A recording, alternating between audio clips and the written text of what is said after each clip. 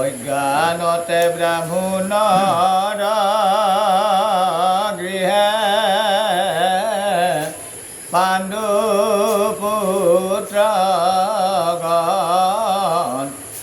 নগৰে ব্ৰহ্মেণ নিত্যে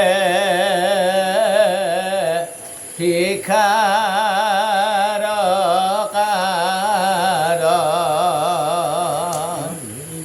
শিক্ষা কৰি আহি হবি দিবায় অৱসানে যাহা কিছু পান দেন অজননীৰ স্থানে যাই যাই হুত আগগিৰি ব্ৰাহ্মণৰ ঘৰত আশ্ৰয় ল'লা ৰাতি চেদ্দা যাতে পৰি থাকে পুৱাই উঠে পাছৰ ভাগে খোজবা যায় খোজে দিনৰ দিনটো খোজে খুজি য'ত যি পায় আনি সেই মাকৰ হাতত জমা দিয়ে আৰু মাকে তাহাক যি খোৱা বস্তু থাকে সেইগিলা আনি যোগান ধৰে আজননী কৰিয়া পাপ দেই সবাকাৰে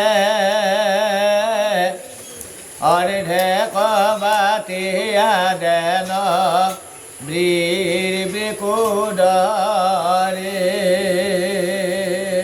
এখন 5টা ভাগ মাকে সৈতে 6টা এই 6টা মানুহৰ যিখিনি বস্তু ৰান্ধে মাকে সমানে 2 ভাগ কৰে আগভাগটো এক্সট্ৰাকৈ ভীমৰ নামত আৰু এই আগভাগটো এখন 4 ভাগ আৰু মাকে খায় আৰা মাতা সহায়ৰ ঢখান 4 সহদৰ তথাপিও তৃপ্ত নহে বীৰ বিকুদৰ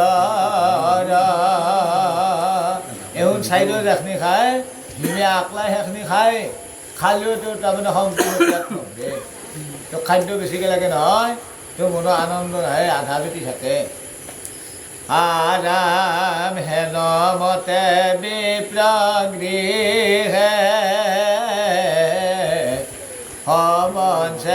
সমঞ্চয়তিক লেখে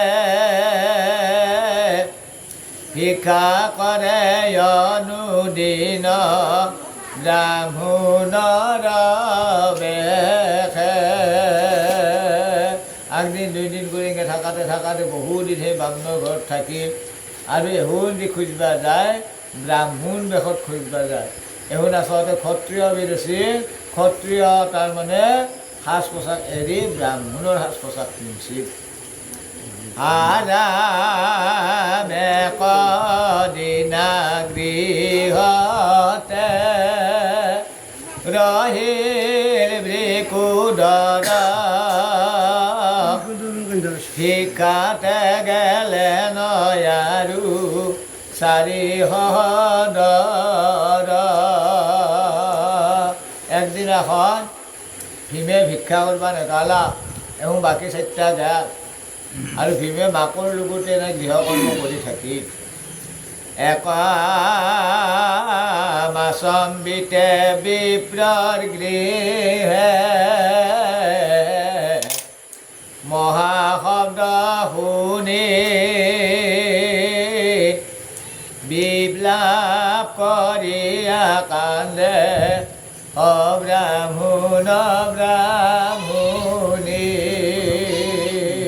ভীমে এনাখন মাকৰ লগত বহি কথোপকথন কৰি আছে অকস্মাত এটা কান্দানৰ ৰোল শুনে ভয়ানক কান্দানৰ ৰোল এটা আহিল কাৰ কান্দা যাৰ ঘৰত আছে সেই ব্ৰাহ্মণ আৰু সেই ব্ৰাহ্মণীয়ে কান্দে আৰাম কৰোণা হৃদয় কুন্তি সহিতে নাপাৰি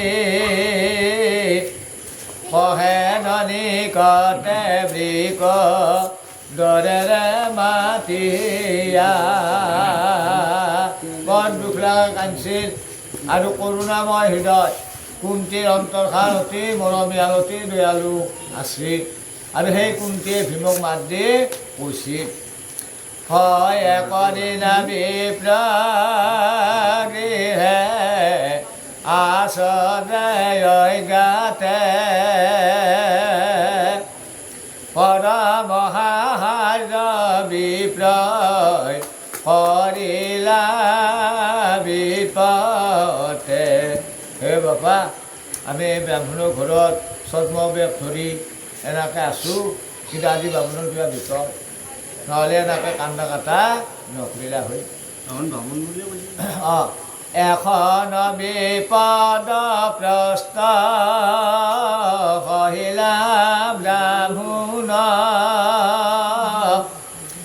অপইচা বিপদ এটাৰে কৰ হৰক্ষণ।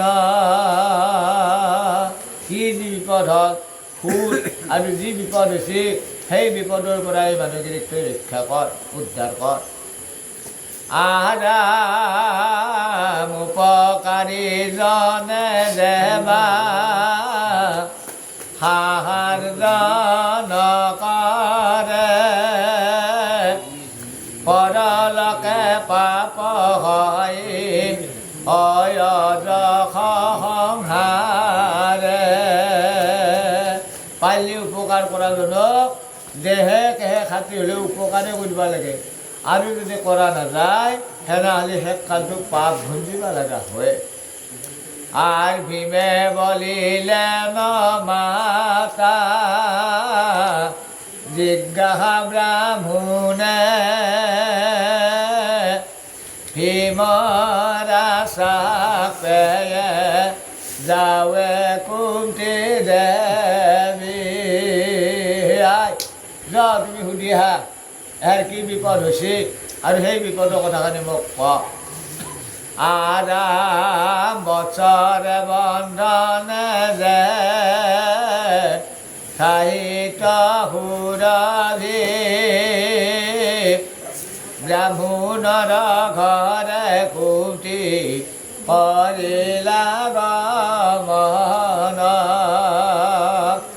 যেতিয়া ভীমে আশ্বাস বান্ধি দিলা লাহে লাহে কুন্তি দেৱী তাহে ব্ৰাহ্মণৰ ঘৰক লাগি যায় যাই সোধে হৰা ব্ৰাহ্মণ কাতৰ হয়া হবলে ন ব্ৰাহ্মণী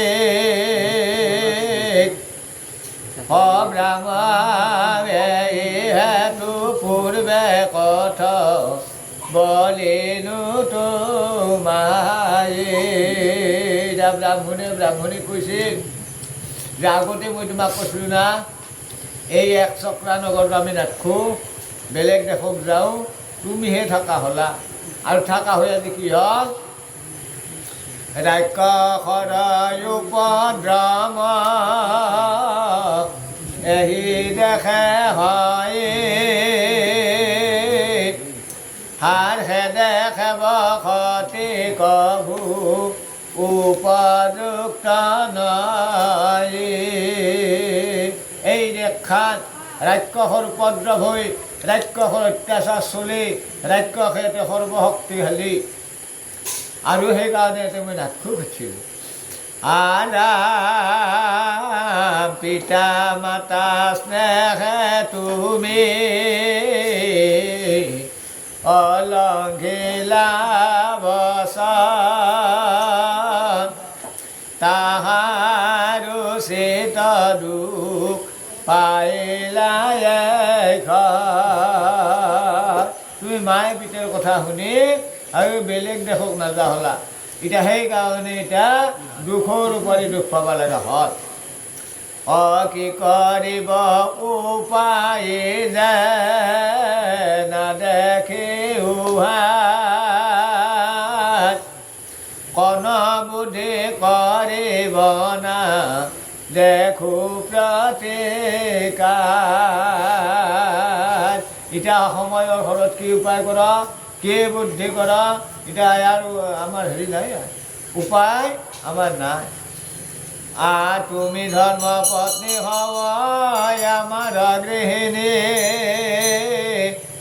সৰ্বধৰ্ম বিখাৰদা সুপ্ৰদাখিনী তুমি মোৰ বিবাহিতা তিৰি সৰ্বগুণান্বিতা তোমাৰ গোটেইখিনি গুণে ভাল এটা গুণ আজি গ'লে মই বয়া নাছিলোঁ বিশেষ বালক পুত্ৰ হৈ আছে যে তোমা বিনা মুহূৰ্তে না জীৱে যে কুমাৰ আৰু তোমাৰ কলাত চলি আছে সৰু চলি এটা আছে গতিকে সেই চলিটো তুমি অবিহনে এক দণ্ড সময়হীনাতকে মৰণৰ প্ৰায় দুখ হবে তোমা বিনা জীৱনতে হইবে মৰা তোমাৰ মৰণে আৰু তুমি যদি নহয় তোমাৰ অবিহনে এই চলিটোই বাচি থাকি লাভ হ'ব নহয় জীয়ন্তে সি মৰাৰ দৰে হ'ব আপুনি ৰাখিবা তোমাক দিবৰাই কহেৰে অপদশ হ'ব মোৰ অসংসাৰ ভিতৰে আৰু মই যদি তোমাৰ ৰাক্ষসৰ খাদ্যৰূপে যাবা দেওঁ মোক সকলে নিন্দা কৰিব এই ব্ৰাহ্মণে নিজৰ জীৱনটো ৰাখি হাজাৰ জীৱন এই ৰাক্ষসৰ হাতত পঠাই দিলা অপূৰ্ব সুন্দৰী কন্যা সুবদনী কন্যাৰ ৰাক্ষস দিলে অপদশ গণী আৰু আমাৰ যিটো ছোৱালী অপূৰ্ব ৰূপৰ বিৰাট ধুনীয়া বিৰাট থকা এই ছোৱালীটো যে ৰাক্ষসৰ আগত কৰি পঠাই দিওঁ সেইটো আমাক অপদক দিব লোকে কন্যা জন্ম হইলে পিতৃ লোকে কৰে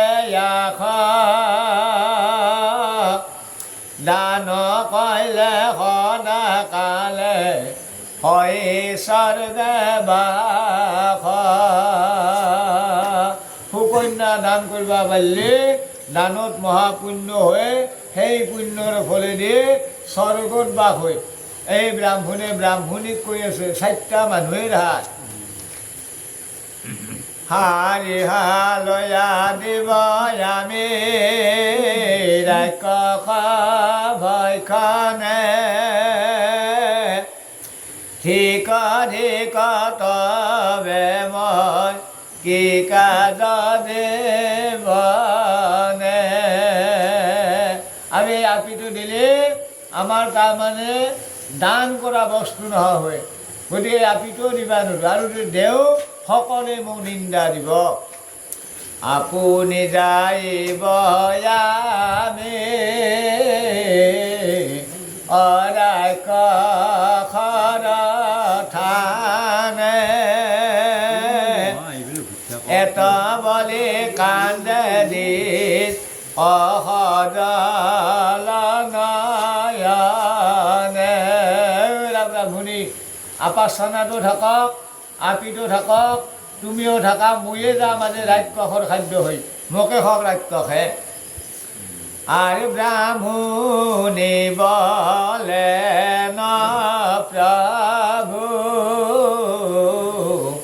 কেনে দুখ ভাব তোমা কথা কহ সুখে আমি তথা যাব এইবাৰ ব্ৰাহ্মণী মাতিছে প্ৰভু অসম্ভৱ কথা সেইটো আপুনি ঘৰত থাকক মই যাম ৰাক্ষসৰ খাদ্য ৰূপে মোক খক ৰাক্ষসে আৰাম তুমি যদি যাহা তথা এবে হবে আৰ একেবাৰে মৰিবে সকল পৰিবাৰ তুমি এই আমাৰ এই ঘৰখনৰ নায়ক তোমাক লৈ আমি চাৰিটা বাচি আছোঁ মই আছোঁ মোৰ ল'ৰা আছে মোৰ ছোৱালীটোৱে বাচি আছোঁ আৰু তুমি যদি ৰাক্ষসৰ খাদ্যৰূপে যোৱা আমি জীয়াটোতে মৰা হ'লোঁ আমি কি খাম ক'ত যাম কি থাকিম ৰাম আমি অমৃতা হব তোমাৰ মৰণে অনাথ হইবে কইনা অপুত্ৰ দুজনে আৰু তুমি যদি যোৱা তোমাকতো ৰাক্ষসে খাব আৰু ৰাক্ষস খালি ময়ো বিধৱা হ'লোঁ এই ল'ৰা এই ছোৱালীটো অনাথনী হৈ গ'ল আশ্ৰয় নহতা হ'ব আৰ তবে কদাচিত যদি অৰাখিব জীৱ কিহতে আমাৰ শিশু কৰিছে পালন আৰু তুমি অবিহনে এই চলি দুটা মই ডাঙৰ কৰিব পাৰিবা নহয় এই চলি দুটা মই ৰক্ষণাবেক্ষণা দিব পাৰিবা নহয় আত্মা বিনায়নাথ হইব তেনে জানা অনাথৰে বহু কষ্ট হবে দিনে দিনা আৰু তুমি অবিহনে মুঠতে আমি তিনিটা পৰিয়াল অনাথনী হৈ যাম আশ্ৰয়হীনতা হ'ব আমাৰ আৰু বহুত আমি দুখ ভঞ্জিব লগা হ'ব দৰিদ্ৰ দেখিয়া তবে অকুলে নিজৰ এহি কইনা বুঢ়িবে সদিয়া কিছু ধন অকালে এই পুত্ৰ হইবে ভিক্ষু কুল ধৰ্ম আৰু বেদে আৰু হইবে বিমুখ আৰু তোমাৰ অবিহনে এই নাওনা চলিটা মোৰ খুজি খুজিব লগা হ'ব ইয়াৰ ঘৰে তাৰ ঘৰে খুজিব লাগিব জন্ম আমাৰ ব্ৰাহ্মণ কুলত আৰু ইয়াৰ ঘৰে তাৰ ঘৰে যদি আমি খুজিব যাব লগা হয় আমাৰ কুল ধৰ্ম নাশ হ'ব সেই ব্ৰাহ্মণে ব্ৰাহ্মণক কৈছিল আৰ বলিষ্ঠ দুৰ্জন লোকে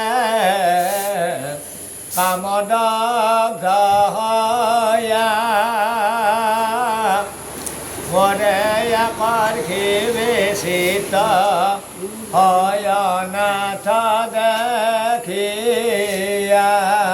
আৰু দস্যু দেৱবৈত্যবিলাকে মোক আক্ৰমণ কৰিব আৰ বিবিধ দুৰ্গতি হবে তোমাৰ বিহৰে তোমাৰ উচিত নয় দেবে কাৰণে মুঠতে তুমি যাবা নৰা তুমি গেলে আমি এই তিনিটা পৰিয়ালৰ দুৰ্গতি হ'ব অনাথ হৈ যাম অনাশ্রম হয়ে যাব আমার আর পিতা নিমিত্তে তুমি করিলা সংহার কন্যা পুত্র দুই গতে হয়েছে তোমার বংশ রক্ষা করার কারণে তুমি এখন সংহার পাচ্ছিলা এই সংহাৰত ল'ৰা এটাৰ জন্ম হৈছে ছোৱালী এটাৰ জন্ম হয় পূৰ্বা পুনৰবাৰ বিবাহ ৰিহি থকা সুখে কন্যাদান কৰাই আৰু পঢ়াবালকে। গতিকে মইহে যাম সেই বকাসুৰৰ খাদ্য হৈ, তুমি থাকা দ্বিতীয় বিয়া পাতা, ছোৱালীটোক উচ্চ শিক্ষা দিয়া, ছোৱালীটোক বিয়া দিয়া। আৰাম আমাৰ বিনা গৃহস্থলী হৈবে ইয়াৰ বাৰ, তোমাৰ বিঘিনে হবে হবে দেশাৰ খাৰ। মই নহ'লেও তুমি বিয়া কৰালে মোৰ দৰে তিৰি এটা পাবা, সুন্দৰ গৃহস্থলীখান ৰ'ব, কিন্তু তুমি নহ'লে আৰু মই স্বামী নাপাম। হাজাৰ পৰম ধৰ্ম স্বামীৰ সেৱন, স্বামী বিনায় কাৰণ হে নাৰীৰ জীৱন। এতিয়া কৈছে চাওক, স্বামীৰ জীৱনৰ কাৰণে ভাৰ্যা, গতিকে স্বামী নোহোৱা ভাৰ্যাৰ জীৱনৰ কাৰণ আজি সেই ব্ৰাহ্মণীয়ে এই ব্ৰাহ্মণক কৈছিল, সংকট এটাৰ স্বামী দিয়াই আপোনাক পুঞ্জয় কয় স্বৰ্গ যখ পৰলোক। সতী সাধ্যে নাৰীয়ে প্ৰয়োজন হ'লে স্বামীৰ কাৰণে নিজৰ জীৱন দান দেই, আৰু নিজৰ জীৱন এতে দান দেই সিভাগে সপ্ত স্বৰ্গত বাহা হয়। তপ তপ যজ্ঞ ব্ৰত নানাবিধ দান, স্বামীৰ প্ৰসাদে হয় সৰ্বত্ৰে সন্মান। এতিয়া সেই ব্ৰাহ্মণে কৈছিল তপ জপ দান সমস্ত স্বামী থাকলে স্বামীৰ ভক্তিতে এই চাৰি পুৰুষাৰ্থ সিদ্ধ হৈ যায়। আৰ সৰ্বধৰ্ম আছে হে শাস্ত্ৰ বিহিত, ৰাক্ষসেৰ ঠাই হৈ আমি যাহিব নিশ্চিত। এতিয়া সেই ব্ৰাহ্মণে কৈছিল গতিকে ৰাক্ষসৰ খাদ্যৰ ৰূপে মই যাম, আপনি যাবা নোৰে এই মেখান যেতে বুজালা তেওঁ স্বামী ৰাখাৰ কাৰণে বুজালা। আৰাম ব্ৰাহ্মণীয়ে যদি বলিলা উত্তৰ, এই গোলে ধৰি ওচৰে কান্দে নিজাবৰ, গোটাই গোলত ধৰি ধৰি কান্দা কাটা লাগি, সহায় জীয়াকে কান্দে, অহায় কুটাকে কান্দে, অহায় সুন্দৰ কান্দে। মাহ বাপেৰ দশা দেখি কন্যাই বলে বাণী, স্বামীৰ ক্ৰন্দন দেখি কান্দন্ত ব্ৰাহ্মণী। গতিকে সেই ব্ৰাহ্মণ আৰু ব্ৰাহ্মণে কান্দা দেখা পায়, এতিয়া জীয়াক তুহিও কান্দে। মনাথেৰ প্ৰায় দহে কাদ কি কাৰণ, ক্ৰন্দন সংবৰ শুন মোহৰ নিবেদন। হে পিতা অকাৰণ কিয় কান্দি আছানো, শুনা মই দিহানো। আৰাম ৰাক্ষসেৰে ঠাই যদি জননী যাইবে, ৰাম জননীৰ বিষাদে বালক মৰিবে। আই যদি ৰাক্ষস নম্বৰৰ খাদ্য হৈ যায় তেনেহ'লে ভাইটো মৰিব। এই সৰু আছে ই মাতৃ আহাৰ নাখালে ই মৰি যাব। পিণ্ড স্থান যাবে আৰু হবে কুলক্ষয়, সেইকাৰণে মাতা যাইতে বিধি নাই। আৰু ভাইটো মৰি গ'লে ইমানতে আমাৰ বংশ না হ'ব। হে আই তুমি কোনোমতে যাব নোৱাৰা, এই আপিটোৱে কৈছিল। আৰাম জন্ম ভৈলে কন্যায় বছে কৰে দান, বিধিৰ সৃজন ইহা সন্দিতকে পাৰে। ছোৱালী জন্মিলে আনৰ ওচৰত দান দিব লাগে, এই বিধিৰ লিখত ইয়াক কোনো আৰু সকাহ বাধা নাই। গতিকে আনৰ তাতে দান দিয়াতকৈ মোক সেই বকাসুৰত তাতে আজি দান কৰি দিয়া, মই যাওঁ বকাসুৰৰ খাদ্য।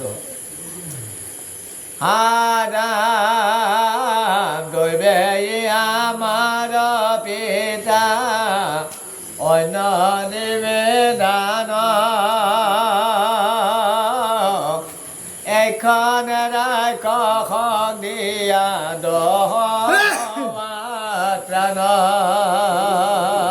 মোকতো আগদিন হ'লেও বেলেগক দান দিব লাগিব, তাতকৈ আজি ৰাক্ষসক দান দিয়া, ৰাক্ষসে মোক খোৱা আৰু তুহুল্য উদ্ধাৰ হওক।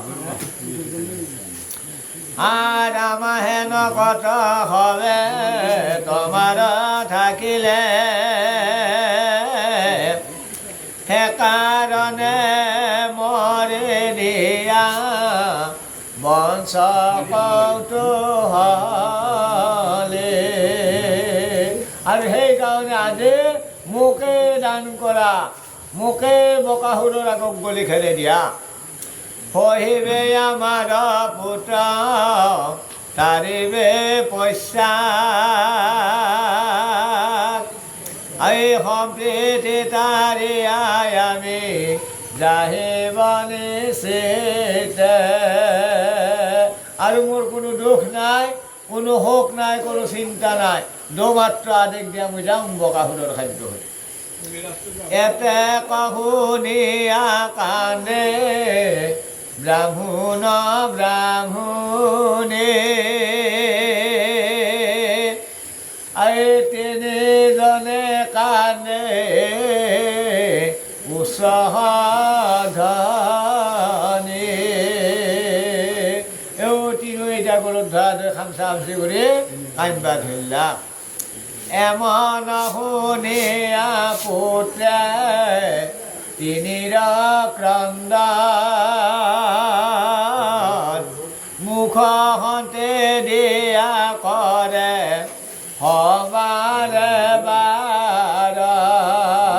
নাপাটো সৰু হৈছে, সেই ল'ৰাটো সৰু, সি দাউৰা দাউৰিকৈ যায়, সৌ মাক পিতাক আৰু বইনাক বাকৰ মুখৰ সপা দিছে। নাকান্দবা নাকান্দবা, কিয় কান্দিছ? আদাম এমত শুনিয়া আদাম হাতে এক ট্ৰেইন লয়ে, হে শিশু একয়ে তমানা কৰি কিছু ৰাক্ষসৰে ভয়ে। আল্লাহ খেয়াল লৈছে ট্ৰেইন মানে ঘা, সেই ঘাঁহডাল লৈ মাক পিতাক আৰু সেই বাকক কৈছে তোৰ ভয় নকৰিবা, এই খেৰডালেদি কোবে আজি মই ৰাক্ষস মাৰিম। আৰাম ৰাক্ষসে মাৰি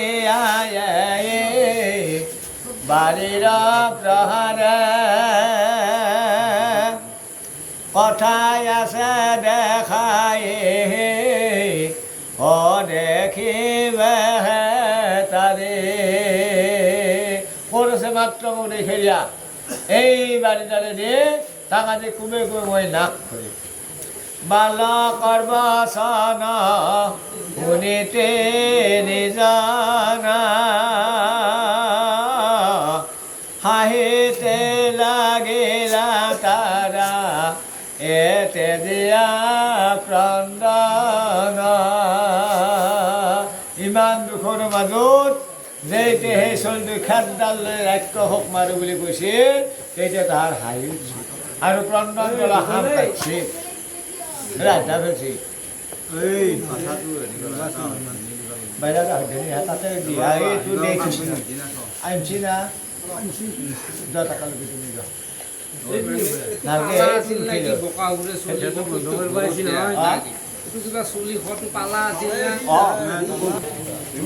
হৰ হৰ মহাদেৱ শিৱ মন্দিৰত আশ্ৰপাত শুনি আছে